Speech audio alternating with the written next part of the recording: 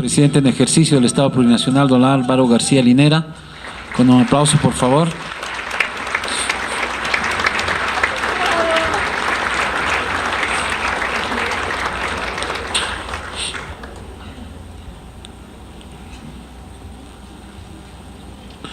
Señor Presidente en ejercicio del Estado Plurinacional de Bolivia, sea usted bienvenido al Foro Económico Internacional.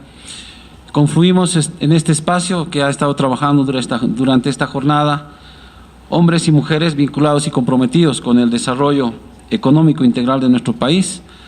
Aquí han trabajado autoridades gubernamentales, empresarios, servidores públicos, académicos, representantes de organismos internacionales, docentes, periodistas, y además hemos tenido la presencia de estudiantes universitarios y obviamente 5 magistrales exposiciones de expertos internacionales, así como del señor Ministro de Economía y Finanzas Públicas. Voy a pedirle al señor Presidente de la Cámara Nacional de Comercio, don Fernando Cáceres, que pueda ser quien le haga conocer los alcances y detalles de lo que ha acontecido en esta jornada. Buenas tardes a todos ustedes presentes, al señor Presidente en ejercicio del Estado Plurinacional de Bolivia, don Álvaro García Linera.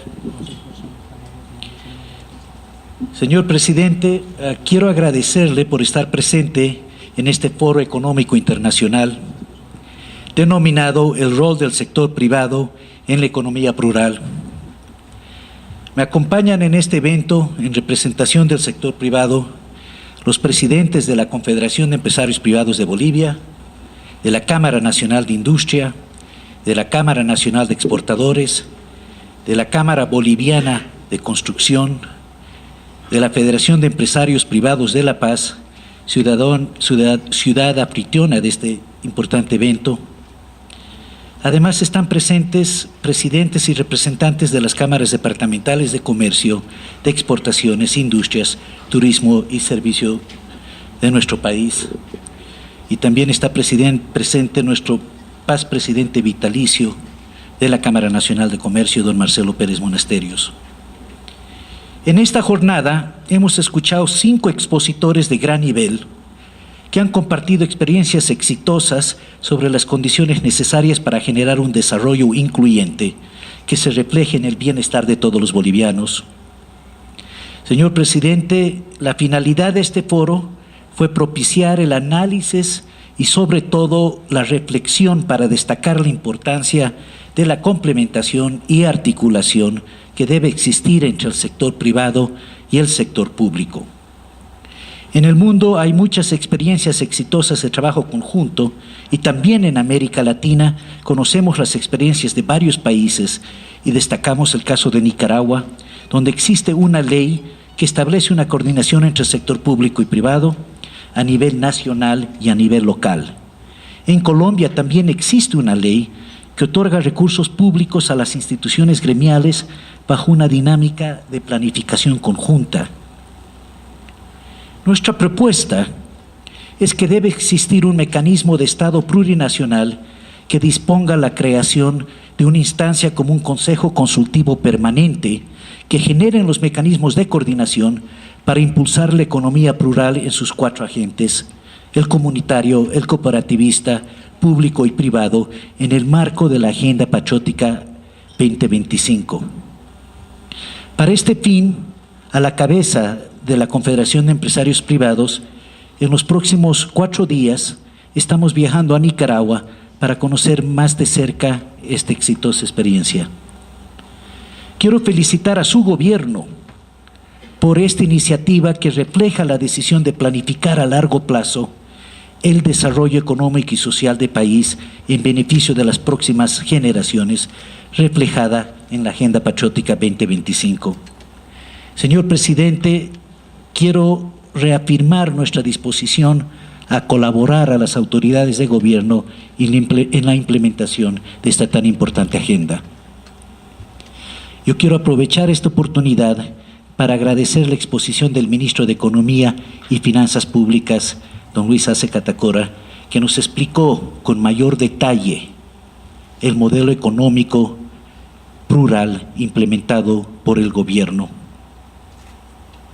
Tenemos importantes desafíos adelante: la diversificación de la matriz productiva, mejorar el índice de industrialización y continuar mejorando el índice de inversión que tenemos en nuestro país.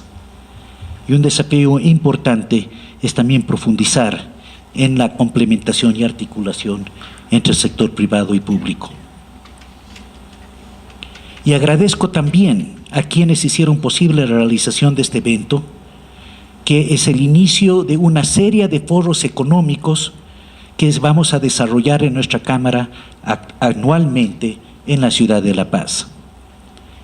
En señal de nuestra voluntad, señor presidente, quiero hacerle entrega de una carta que recoge las motivaciones y propuestas que han impulsado el desarrollo de este foro.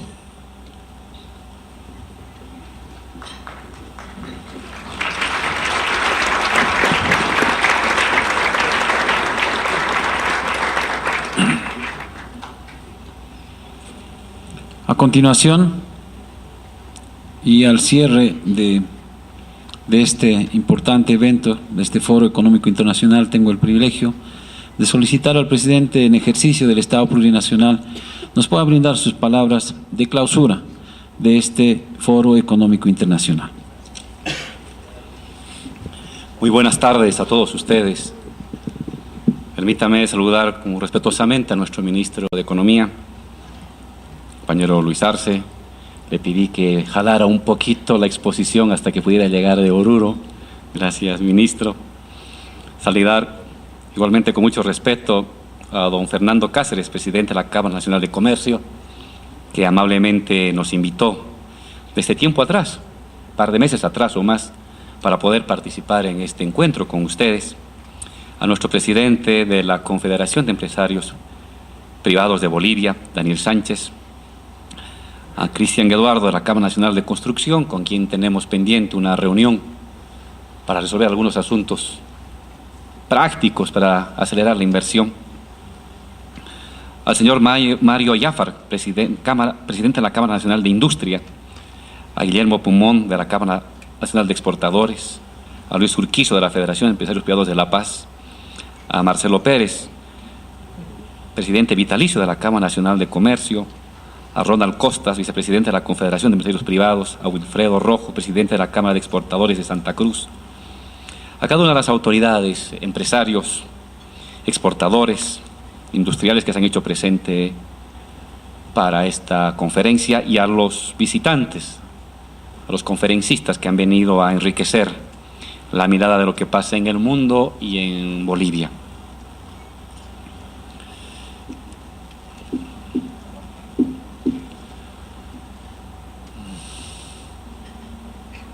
No cabe duda de que Bolivia está viviendo un momento extraordinario,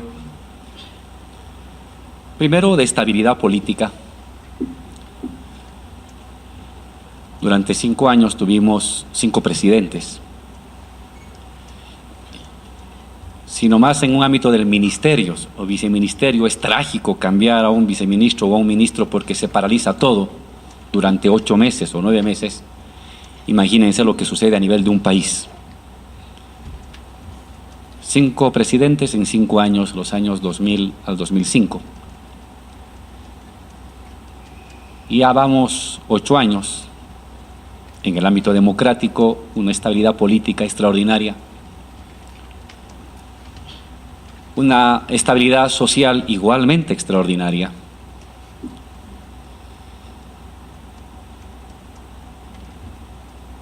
Las grandes convulsiones sociales que estremecieron al país y que lo paralizaron y que lo llevaron a un desplome de su actividad económica han pasado. Hay conflictos y siempre va a haber conflictos, pero son conflictos regulables, es decir, que se desenvuelven en el marco de el modelo de gestión económica y del modelo de gestión política que prevalece constitucionalmente. Y por supuesto, esto ha contribuido, ha sido el cimiento para que asistamos a uno de los momentos económicos más importantes de nuestra vida estatal y republicana. los datos que nuestro ministro ha expuesto momentos atrás y que ustedes los manejan con mayor precisión que nosotros, hablan de este notable crecimiento.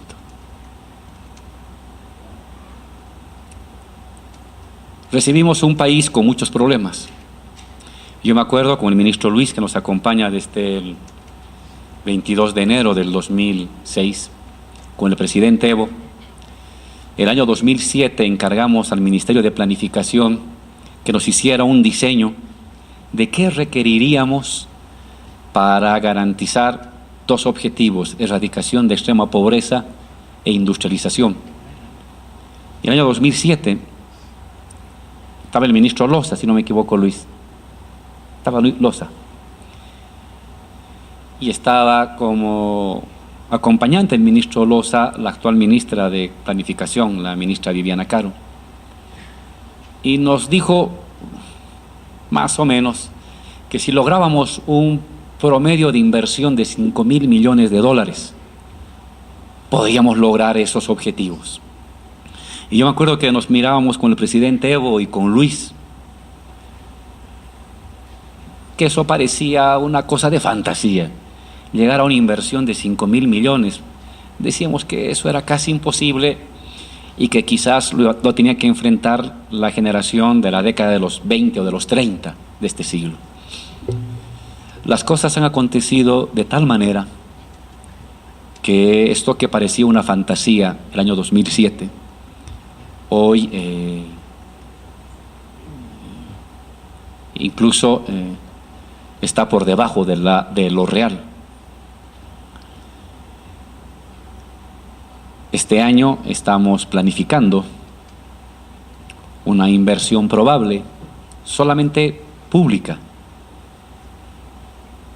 de alrededor de 6.000 millones de dólares, Luis, tomando en cuenta las empresas públicas estratégicas que funcionan como bajo el régimen de comercio, y la inversión está planificada en 6.000 millones de dólares para este año. Seguramente no ejecutaremos el 100%, pero los recursos están disponibles para 6.000 millones. Y en las estructuras de planificación, el plantearnos como objetivo, antes de finalizar la década, de llegar a una inversión pública de 10.000 millones de dólares, no se presenta ya como una fantasía. Al finalizar esta década, no al comienzo de la siguiente década. Entonces las cosas se han articulado de una manera virtuosa, en lo que lo social, sumado a la estabilidad política, han creado condiciones para un despegue económico impresionante. A mí me gusta repetir siempre las palabras del presidente del Banco Interamericano, que dice: yo entré a la presidencia del BID cuando Bolivia era una economía de 8.000 millones, y el año pasado, dice, ya voy 8 años en el BID y la economía boliviana mide 33.000 millones. De 8.500 millones a 33.000 millones en 8 años es un salto cualitativo impresionante. No creo que haya economía latinoamericana que haya dado semejante salto. Evidentemente nuestra economía no es muy grande. Si nos comparamos con Brasil, Argentina o Colombia, nuestra economía aún es pequeña. Pero este dinamismo es sobresaliente. Siempre hemos usado a la economía chilena como modelo a imitar en cuanto a crecimiento y a dinamismo. Está claro que la economía chilena no es un modelo para nosotros. Hay una excesiva concentración de la riqueza allí y una mala distribución de la riqueza. Pero no solamente no está bien distribuida la riqueza allá, sino que en términos estrictamente de crecimiento y dinamismo macroeconómico hemos superado lo que está haciendo Chile. El año 2005 Bolivia era una 14ª parte de la economía chilena. Por cada $100 que se producían en Bolivia, en Chile se producían $1.400. La diferencia era gigantesca. El año pasado hemos cerrado las cuentas fiscales del 2013 y la diferencia entre la economía boliviana y la economía chilena es de 1 a 8. Es decir, ahora por cada $100 que producimos aquí en Bolivia, en Chile producen 800. Nos sigue llevando por mucho, pero ya no nos lleva por tanto. Hemos reducido 6 veces la diferencia, o en 6 gradaciones, la diferencia que tenemos entre la economía chilena y la economía boliviana. Si uno compara la velocidad del crecimiento de los últimos 8 años, Bolivia ha sido más eficiente. Ha sido más eficiente generando riqueza y por supuesto que ha sido más eficiente distribuyendo esa riqueza. Bolivia es hoy un modelo. No cabe duda que Bolivia es hoy un modelo. Y nuestros cálculos siguen siendo ambiciosos. Tenemos como meta llegar al finalizar esta década, el año 2020, a que la diferencia entre Chile y Bolivia se acorte a 1 a 4. Bajar de 1 a 8, que es la diferencia, a 1 a 4. Y ojalá en el bicentenario podamos estar en una relación de 1 a 2 o de 1 a 1, si es posible. Hay que trabajar mucho. Hay que invertir mucho, hay que expandir mucho, pero no es ya una fantasía, el plantearnos estas posibilidades de crecimiento. Yo me acuerdo que la primera vez que fui a la Argentina a dar una conferencia, preguntaba sobre el salario mínimo y comparaba mi salario mínimo en Bolivia y me daba vergüenza mencionarlo. En Argentina estaban sobre los 220, $30 y aquí en Bolivia bordeábamos los 60 o $70.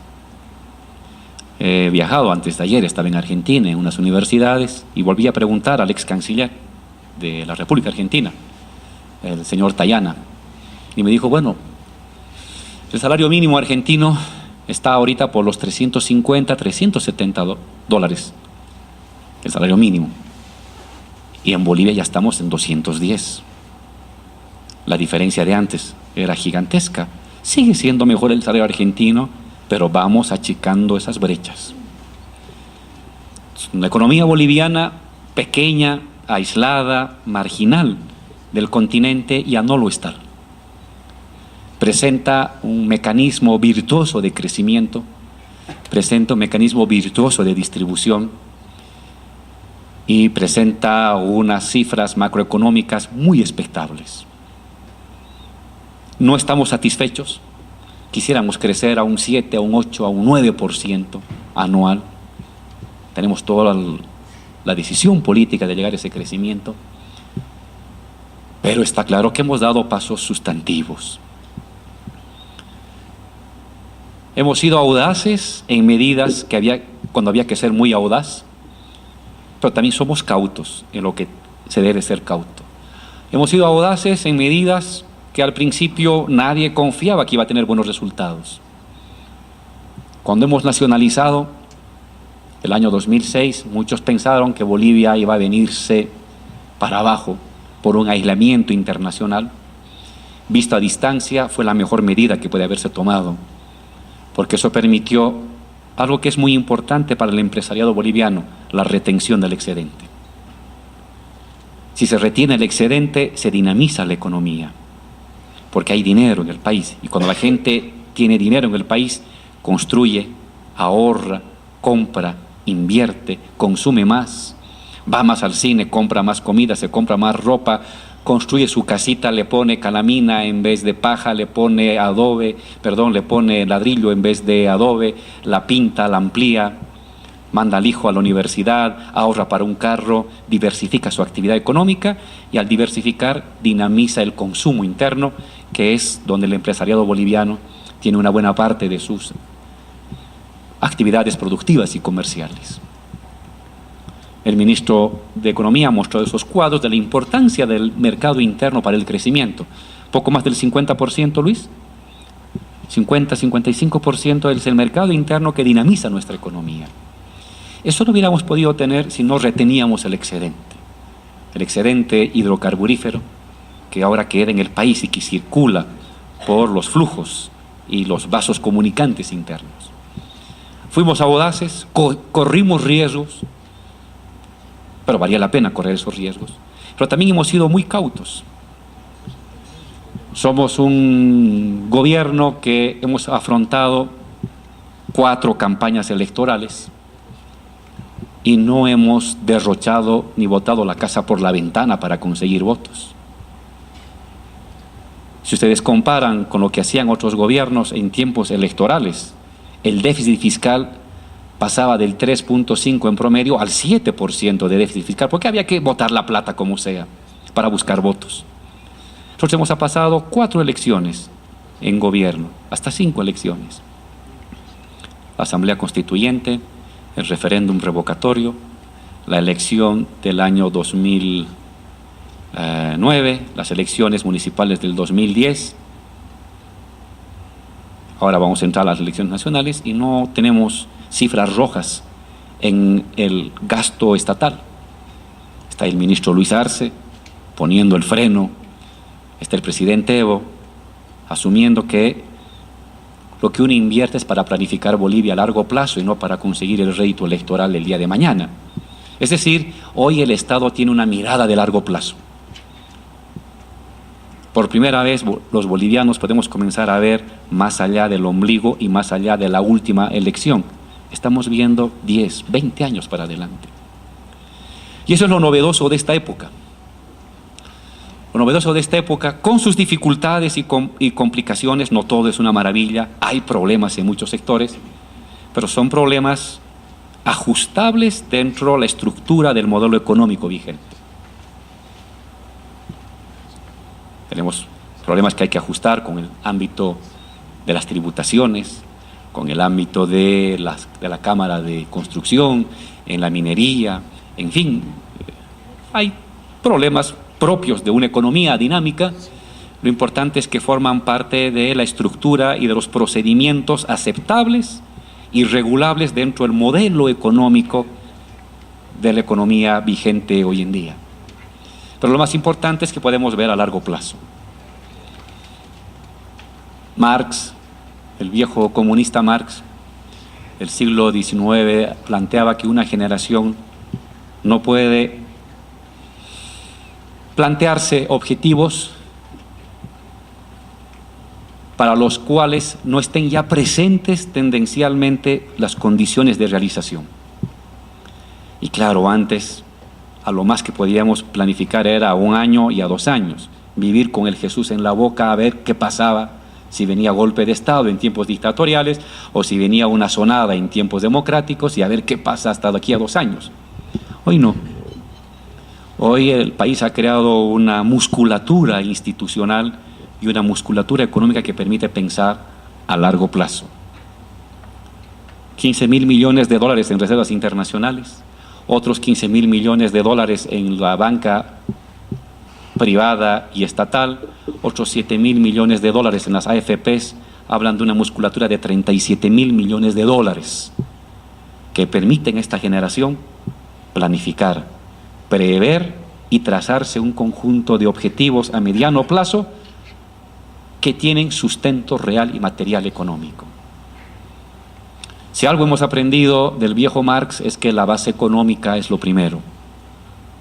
Si la base económica es estable, el cielo político es regulable. Si la base económica es inestable, el cielo político puede convertirse en un infierno. Una combinación de un cielo político amistoso, con peleas necesarias pero amistoso, y una base económica sólida y estable permite trazar líneas a futuro. Y en eso estamos. Desde hace 2 años atrás hemos lanzado una propuesta al pueblo boliviano sobre la planificación a largo plazo de 11, 12 años. Como gobierno tenemos nuestro plan de aquí a 12 años. Hemos vivido esta primera etapa de 8 años de estabilización económica, crecimiento económico, distribución económica, ampliación del mercado interno, ampliación de las exportaciones, diversificación de la economía en torno a el proceso de nacionalización del gas. Esa ha sido la plataforma, la base técnica de este crecimiento económico que el año pasado hemos llegado al 6.5%, Luis, 6.8% el año pasado, sobre el proceso de nacionalización. Los economistas saben que ningún crecimiento económico es perpetuo, que la economía se mueve por ciclos. Tiene momentos de inicio, llega al plató, cae, esta inestabilidad otra vez. Lo que queremos nosotros es de que este ascenso y este plató económico no se detenga aquí, se amplíe. Llevamos 8 años de crecimiento. Quisiéramos que este sea un ciclo largo de Kondratiev, digámoslo así. No de media década, sino de década y media, o de década por lo menos. El siguiente paso con el que pensamos sostener que la curva de ascenso y crecimiento económico se mantenga y suba todavía un poco más, es el proceso de industrialización del gas. Y hemos tomado las medidas y la planificación necesaria para dar ese paso. Hemos comenzado con las plantas separadoras de líquidos, que nos permite tener GLP, etano, metano y LNG.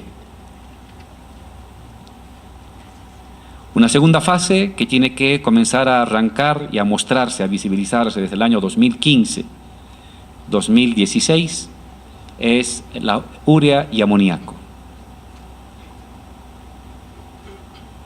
que es básicamente para exportación. Solamente el 10% vamos a usarlo en el mercado interno. Y luego, hasta el año 18 y 19, tendría que venir la planta de prolipopileno, si no pronuncio mal. Prolipopileno.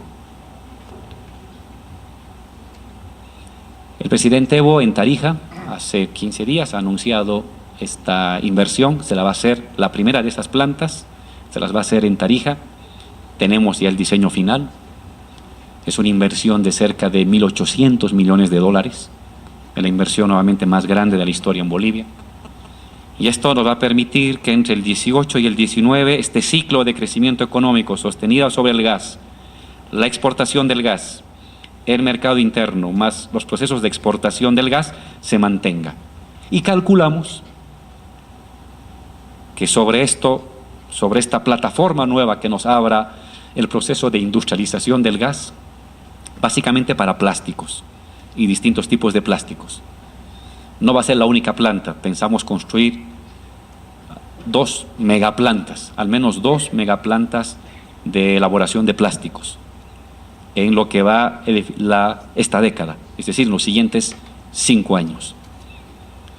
Y pensamos ya para la década del 20, que ya habrán condiciones suficientes para que la economía del litio y la fabricación de automóviles que usan baterías a litio se haya expandido de tal manera que nosotros podamos entrar al mercado en mejores condiciones, no solamente como fabricantes de cloruro de potasio, sino también de baterías de litio, iones de litio y procesos semi-industriales de elaboración de automóviles. Eso pensamos que, aunque ya lo tenemos ahora disponible a pequeña escala, el momento de mayor expansión tendría que darse al finalizar esta década y al comienzo de esta década. Y la idea es tener una producción y un precio monopólico. Bolivia tiene un 70% de litio del mundo y le va a poder permitir jugar un papel dominante en la definición de precios del uso del litio en el mercado mundial. Entonces, tenemos nacionalización, industrialización del gas, economía del litio. Y si a eso se complementa una mejora en los procesos de industrialización y una diversificación de la industrialización de la minería, de los minerales, es posible prever, sin mucha fantasía, sin exageración, que este ciclo de crecimiento económico pudiera mantenerse sin grandes sobresaltos, por lo menos casi una década o un poco menos de una década más. Estamos creando los mecanismos institucionales, las reservas necesarias, las inversiones de planificación y de diseño de infraestructura que nos permita esa gradiente ascendente del crecimiento económico en los siguientes años.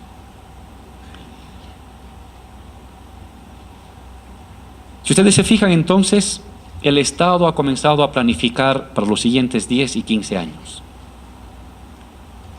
Hemos comenzado a visibilizar lo que podría pasar de aquí en la siguiente década. Hemos creado mecanismos, inversiones, áreas intensivas de inversión de capital y de infraestructura que nos permitan prepararnos para ello. Complementariamente, estamos haciendo mucho hincapié en el tema educativo. El día de hoy yo he leído una noticia muy sorprendente. Tenemos el índice de jóvenes en edad universitaria más elevado del continente. El 35% de nuestros jóvenes entre 18 y 25 años tienen curso universitario.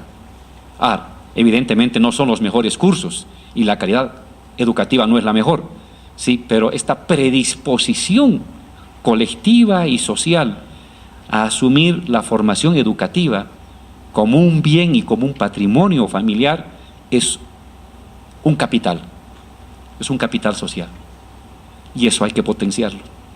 Si a esa voluntad y esa dinámica de una juventud impetuosa con formación académica mejoramos la calidad de lo que se enseña en la universidad pública y en la universidad privada, vamos a tener una fuerza laboral joven de una alta formación profesional predispuesta a asumir los retos de una economía expansiva en industria, en comercio, en transporte, en agricultura, en litio, en minería y en hidrocarburos. Hemos estado con el sector privado de la Confederación de Empresarios, hemos estado con las federaciones empresariales departamentales, comentando estos sueños realistas, estas expectativas realistas de la década que se viene. Y hemos encontrado muy buena recepción. Y tengo que decirles de una manera también igualmente franca, donde hemos encontrado las pilas más puestas ha sido en Santa Cruz. En un doble sentido, que es lo que reclamamos al empresariado paceño, cochabambino. Ellos entraron en una actitud de enfrentamiento contra el gobierno durante 5 años. Nos hicieron la guerra. Perdieron. Pero después de eso no se quedaron en una actitud pasiva. Dijeron, bueno, ya que hemos perdido, a ver, ¿cómo le hacemos para ir mejor? Y lo han hecho de una manera extraordinaria. De las propuestas que hemos oído en el sector empresarial departamental, la propuesta cruceña tiene 2 virtudes que yo quiero comentar con mucho respeto aquí a los empresarios del resto de Bolivia y en particular de La Paz. 2 virtudes. Han agarrado la agenda y la planificación a largo plazo como una agenda propia. Está bien, si hay que planificar a 10 años adelante, tenemos una planificación de 10 años para adelante. Nos han propuesto que pasemos de 4 millones de hectáreas a 13 millones de hectáreas en los siguientes 11 años. Es una propuesta ambiciosa. Es casi multiplicar por 2, por 3 lo que estamos produciendo ahorita en alimentos. Y eso va a significar inversión, transporte, en fin. Pero es una propuesta que asumen ellos como empresariado agricultor. Pero además, la segunda cosa, no solamente se han animado a visualizarse ellos como empresarios en los siguientes 10 años, sino que lo han hecho incorporando al resto de Bolivia en su mirada. Es decir, no solamente es una mirada corporativa, local, es una mirada que ha incorporado al resto de Bolivia. Y a mí me decían, señores, presidente Evo, 13 millones de hectáreas, y hay que incorporar esta carretera y esta otra carretera a tal lugar en este departamento y este ferrocarril aquí y allá. Extraordinario. No es una mirada localista del sector empresarial, es una mirada nacional del sector empresarial. Y quisiéramos oír lo mismo del sector industrial, del sector del transporte, del sector del comercio, del sector de la construcción, del sector minero. Esta habilidad para mirarse en el mundo una década para adelante, pero mirar a Bolivia y el sector empresarial en medio de Bolivia. Entonces a uno se dibuja un panorama integral. Porque está claro que estos sueños de una Bolivia que erradique la extrema pobreza, nuestro objetivo es llegar de 18 puntos a 2 de la extrema pobreza en los siguientes 11 años. Hemos bajado 18 puntos en 8 años. Quisiéramos bajar otros 18 puntos en los siguientes años, y no es una cosa imposible. Quisiéramos industrializar todas las materias primas. Quisiéramos elevar el nivel de nuestra economía boliviana en términos de generación de riqueza a un nivel similar al de Chile, o por lo menos una relación de 2-1 en los siguientes 10 años. Y eso no lo va a hacer el Estado solo.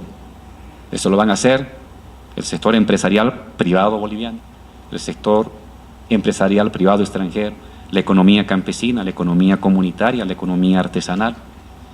Porque nuestra economía tiene como varias plataformas de modernización. Tiene varios niveles o varias carreteras, digámoslo así, del entendimiento de lo que es desarrollo. Y cada cual tiene que tener su propia perspectiva. Un crecimiento sostenido que rebase el 5, el 6, el 7%. El llegar a procesos de industrialización. Viviana nos hacía el último cálculo. Para cumplir estas metas de industrialización, reducción de extrema pobreza, calculamos una inversión promedio de aquí al 2025 de $8.500 millones a $9.000. Si logramos eso, según el cálculo de Viviana, es sostenible lo que estamos pensando. Pero nosotros estamos pensando llegar a los 9.000 antes de que finalice esta década y superar los $10.000 millones de inversión pública, comenzando la segunda década de este siglo XXI. Pasando de 1920 para adelante. Entonces, las cifras de Viviana, de nuestra ministra Viviana, van a ser, digamos, rebasadas en nuestros cálculos a partir de esta plataforma que les he relatado, pero eso es en lo que corresponde al Estado. Un esfuerzo similar o mayor todavía corresponde al sector privado. Y entonces aquí no solamente está la convocatoria fraterna a que juntos, sector privado, sector estatal, sector comunitario, sector campesino, diseñemos esta agenda y nuestra distribución consensuada de tareas. Está también la convocatoria a que imaginemos a largo plazo nuestro país. Todos, el sector empresarial. Y en particular la recomendación del presidente Evo al sector empresarial, en la industria, en el comercio, en el transporte, en las exportaciones, en la minería, que se animen a invertir más, que se esfuercen, que se arriesguen a invertir más. Es un buen momento, es un buen momento para arriesgar. Se están dando una conjugación extraordinaria de circunstancias excepcionales que permiten que el riesgo que tiene que asumir un empresario, porque riesgo es conocimiento, sea sostenible y tenga elevadas probabilidades de un buen rédito. Nuestra convocatoria es de que inviertan más, que se arriesguen más y que se asocien más. El presidente Evo siempre se anda quejando a mis compañeros de la construcción de cómo es posible que tanto dinero que estamos invirtiendo en carreteras y que seguiremos invirtiendo en carreteras hasta que esté todo el tramado de integración regional completo, se lo adjudiquen empresas chinas, empresas colombianas, empresas españolas. No tenemos nada contra esas empresas y qué bien que vengan, pero nos encantaría entregar esas adjudicaciones a las empresas privadas bolivianas. Pero no tienen la capacidad ni técnica ni la capacidad financiera para ello.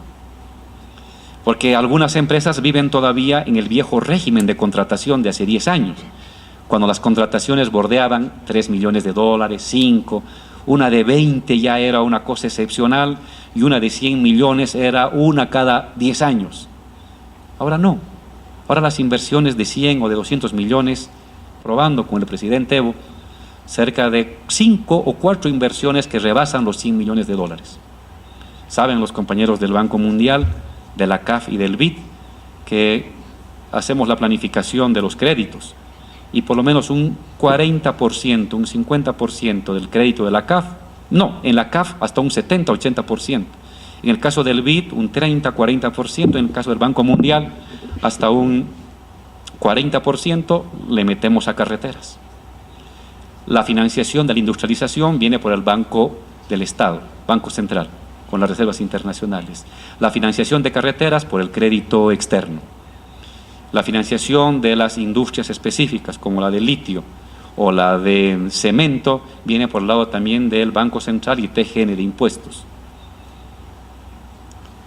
Hay una buena parte dirigida al ámbito de las carreteras, pero son inversiones grandes, de 100, de 150, de 180 millones de dólares, aunque las fraccionemos, el fraccionamiento llega hasta 60, hasta 80 millones de dólares. Y ahí el sector productivo debería tener la capacidad de asociarse para hacer estos emprendimientos de carreteras. Lo mismo en el sector petrolero. Recientemente YPFB ha hecho una feria de oferta de servicios y calculamos que entre la empresa privada extranjera y la empresa estatal anualmente vamos a mover 2.000 millones de dólares en servicios. Hay empresas bolivianas de servicios petroleros, pero buena parte de las empresas de servicios petroleros también son extranjeras, son argentinas, son mexicanas, son brasileras, y por qué no pudiera haber empresas bolivianas que hagan los servicios, que nos traigan la maquinaria, los equipos, el conjunto de herramientas que requieren una actividad tan dinámica. Quisiéramos tener más ofertantes de servicios en el ámbito petrolero bolivianos, por supuesto, sin desmerecer el esfuerzo de los extranjeros, pero qué mejor a los bolivianos. Y eso dinamiza anualmente 2.000 millones. Y si vamos a entrar a este proceso de industrialización, la compra de servicios seguramente va a pasar de 2.000 a 3.000 millones de dólares en los siguientes 3 o 4 años. Ese dinero debe quedarse aquí en Bolivia, con ofertantes, con sectores comerciales y de servicios bolivianos. Igualmente lo del transporte. Hay cosas que no podemos hacer. La compra de una turbina de electricidad no la fabricamos en Bolivia. Hay que ir a Europa, Siemens, o Estados Unidos, General Electric, en fin. Pero los otros servicios que constituyen la mitad de la inversión, por ejemplo, San José, acabamos de licitar. Es una inversión de 180 millones o de 210 millones de dólares. De esos 210, las turbinas que se fabrican en el extranjero suman 90 millones de dólares. Y el resto de los servicios, que son infraestructura, obras civiles, ductos, se las puede hacer con emprendimientos bolivianos. Es como no quisiéramos que ese esfuerzo que hace el Estado sea mejor aprovechado por el empresariado boliviano, ya sea en comercio, ya sea en transporte, ya sea en industria, ya sea en servicios. Es decir, hay un camino trazado de un Estado grande que asume inversiones grandes para los siguientes 10 años. Uno puede ya anticiparse a los acontecimientos. Sé que el año 2015 va a licitarse la construcción de la planta de plásticos en Tarija. Son 1.800 millones. Las maquinarias que nos tienen que proveer las empresas extranjeras suman alrededor de 850 millones de dólares. El resto son otro tipo de servicios menores, pero son 1.100 millones, son 1.000 millones. ¿Qué van a requerir? No sé, tubos de plástico, van a requerir aspas para ventilación, van a requerir una mega obra de ingeniería, en fin.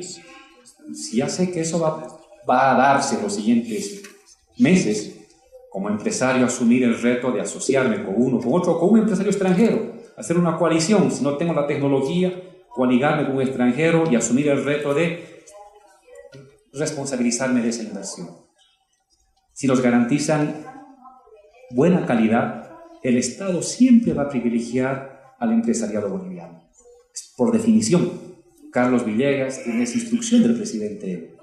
Si se garantiza y se comprueba la calidad, si hay entre un extranjero y un boliviano, entregue la adjudicación al boliviano, porque sabemos que esa plata va a generar empleo en Bolivia, va a dinamizar la economía en Bolivia.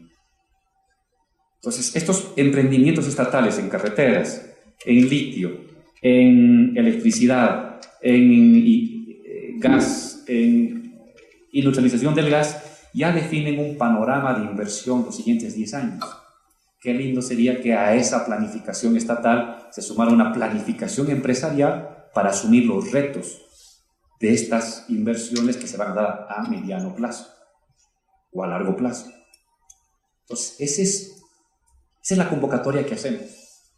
Por eso la invitación que hacía nuestro presidente de la Cámara Nacional de Comercio, Fernando, de decirnos, queremos ver experiencias de coordinación estatal, privada, la queremos aprender de Nicaragua. Yo le digo anticipadamente que aquí podemos hacerlo mejor. Es más, me atrevo a pensar que aquí ya lo estamos haciendo mejor, pero vayan a ver a Nicaragua, pero tengo la impresión que ya lo estamos haciendo aquí mejor. Quizás no lo hemos institucionalizado. Y esa es la gran deuda con nuestro presidente de la Confederación de Empresarios Privados, institucionalizar.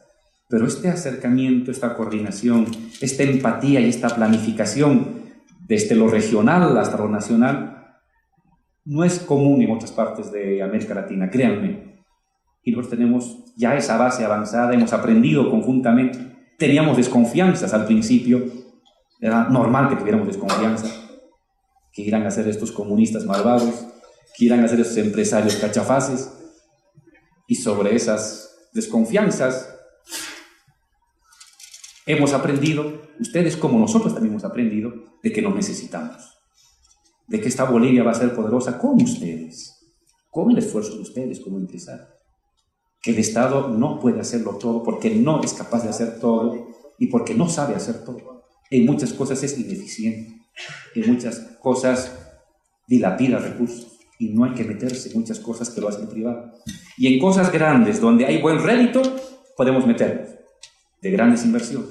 Pero entonces es una distribución acordada de tareas que exige incorporar al sector comunitario y campesino que forma parte del 30% de nuestra economía. Son nuestros hermanos, es nuestra gente. Hay que colaborar. Pues son estos carros que tienen que empujar la economía y la dinámica de nuestro país. Permítanme mencionar un último elemento que pongo en consideración de los empresarios. Con eso comencé, con eso quiero cerrar. El día de hoy yo estaba promulgando, me pidió el presidente Evo que promulgue la ley minera. Ustedes saben que esa ley minera la han hecho cooperativistas, la han hecho asalariados y la han hecho empresarios de la minería. Y han consultado a los regantes, han consultado a las federaciones campesinas. Es una ley que se ha construido con consensos complicados, a veces nos hemos enfrentado, nos hemos distanciado, pero ha salido esa ley.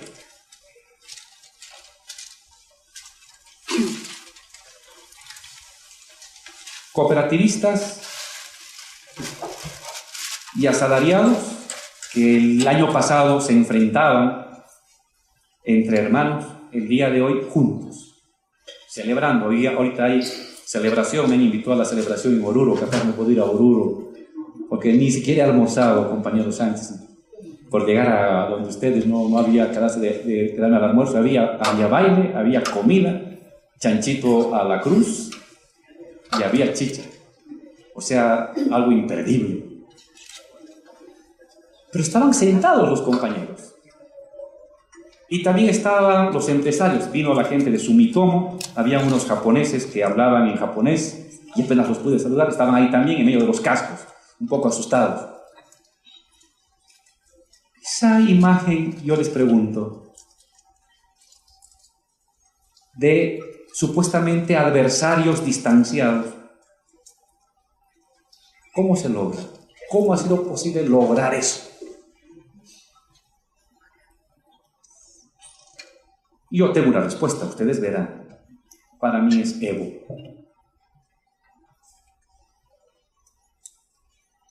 Es Evo. Es una persona que tiene una cualidad, una especificidad personal, histórica, construida. Un hombre común, pero que ha logrado construir un tipo de carisma que permite juntar lo que aparentemente es agua con aceite. Estaban ahí reunidos festejando y les garantizo que están ahorita en la plaza principal de Oruro celebrando la ley. Los que hace un año se estaban lanzando dinamitas unos contra otros. Estaban ahí celebrando.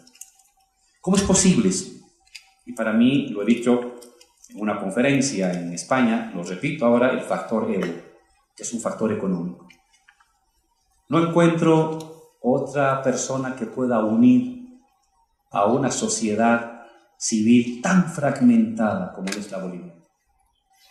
Si algo nos caracteriza a los bolivianos es nuestra fragmentación regional, nuestras diferencias corporativas. Y la historia ha dado de tal manera que hay una personalidad carismática que ha logrado articular. Y eso tiene un valor y una función económica. ¿Ustedes creen que tendríamos este crecimiento de 6.8 con la belicosidad de cooperativistas, la capacidad de bloqueo de los cocaleros, la capacidad de movilización de los Tupac Katari, los Ponchos Rojos? Olvídense. El 6.8 de crecimiento, el 6 del año pasado, el 5.5 del año pasado, se sostiene sobre un consenso político, que no es fácil, que se quiebra de rato en rato, pero que se reconstruye, un consenso político. Este es un elemento muy importante, que nos está garantizando estabilidad social, estabilidad política. Yo no me imagino otra persona, y me he puesto a pensar en términos serios, no me imagino otra persona con la capacidad de unir indígenas, campesinos, asalariados, cooperativistas, comerciantes, transportistas, que cada uno por su lado son un pequeño país y que cada uno por su lado se relaciona con otros sectores como pequeño país. La COP. Este régimen de gobernabilidad social es clave para la economía. Este régimen de gobernabilidad social callejero y plebeyo popular es clave para un crecimiento económico. A eso le he llamado yo el factor Evo. Solamente lo pongo como reflexión a ustedes, que piensen, ¿qué pasaría si no estuviera Evo? ¿Qué pasaría? ¿Sería posible esta estabilidad social? ¿Sería posible este régimen de planificación a largo plazo y de crecimiento económico sostenible? Para mí, no. Y créanme que he hecho un análisis muy frío, matemáticamente frío de esto. Y llego a la conclusión de que no. Quiero agradecer la carta que me acaba de entregar el compañero Fernando Cáceres, es para el presidente Evo. Le haré llegar al presidente Evo esta carta. Él llega hoy en la madrugada, pero mañana en la madrugada, eso de las 4 de la mañana, va a irse a Santa Cruz y va a estar todo el día trabajando para ver este tema del G77, y yo lo voy a ver el día de mañana en la tarde, y con seguridad que voy a hacerle entrega a esta carta, pero permítame adelantarle que recogemos su convocatoria. Asúmalo. La convocatoria de la Confederación de Empresarios Privados la asumimos, la recogemos. Somos unos convencidos de que esta meta, que en lo personal para mí es una obsesión, que Chile en 2025 no nos gane, es una obsesión personal, es una deuda personal mía, es una locura personal. Pero cada cual tiene su propia locura que lo impulsa a los grandes retos, ¿no? En general, dejen de lado mi reto personal, lo pongamos en términos de crecimiento económico, estabilidad, disminución de la extrema pobreza, industrialización, todos esos retos los vamos a hacer con ustedes. Los necesitamos. Es con su esfuerzo, con su sacrificio, con su inversión, con su trabajo, con su orientación. Nosotros no somos empresarios ni somos economistas. Somos simplemente unos revolucionarios que queremos administrar de buena forma el Estado al servicio del país. Y aprendemos de ustedes, aunque no lo crean, andamos anotando lo que nos dicen. ¿Y por qué es esto, Luis? ¿Por qué dice esto este compañero Jafar? ¿Por qué me está sacando la multa? Ah, tienes razón, ya. Me quedo callado nomás, ¿no? ¿O por qué al compañero Carlos Villegas? ¿Por qué nos están atacando de esto? Ah, vamos aprendiendo. Yo soy un profesor universitario, el presidente pues un campesino. Y nada más. Y las cosas que vamos tomando decisiones en términos económicos y políticos es lo que vamos aprendiendo de los errores y de las sugerencias y las experiencias de ustedes. Y la comprensión que tenemos hoy, del 2014, para el 2025, es que la Agenda 2025 de un país industrializado, una economía al nivel del resto del continente, con extrema pobreza superada, es con inversión privada. La extranjera, la estatal, pero la extranjera, la nacional, la comunitaria y la campesina. Son las ruedas, los motores de este carro que nos tiene que llevar a todos a un buen resultado. Les agradezco por la invitación, por su tiempo y muchísimas gracias.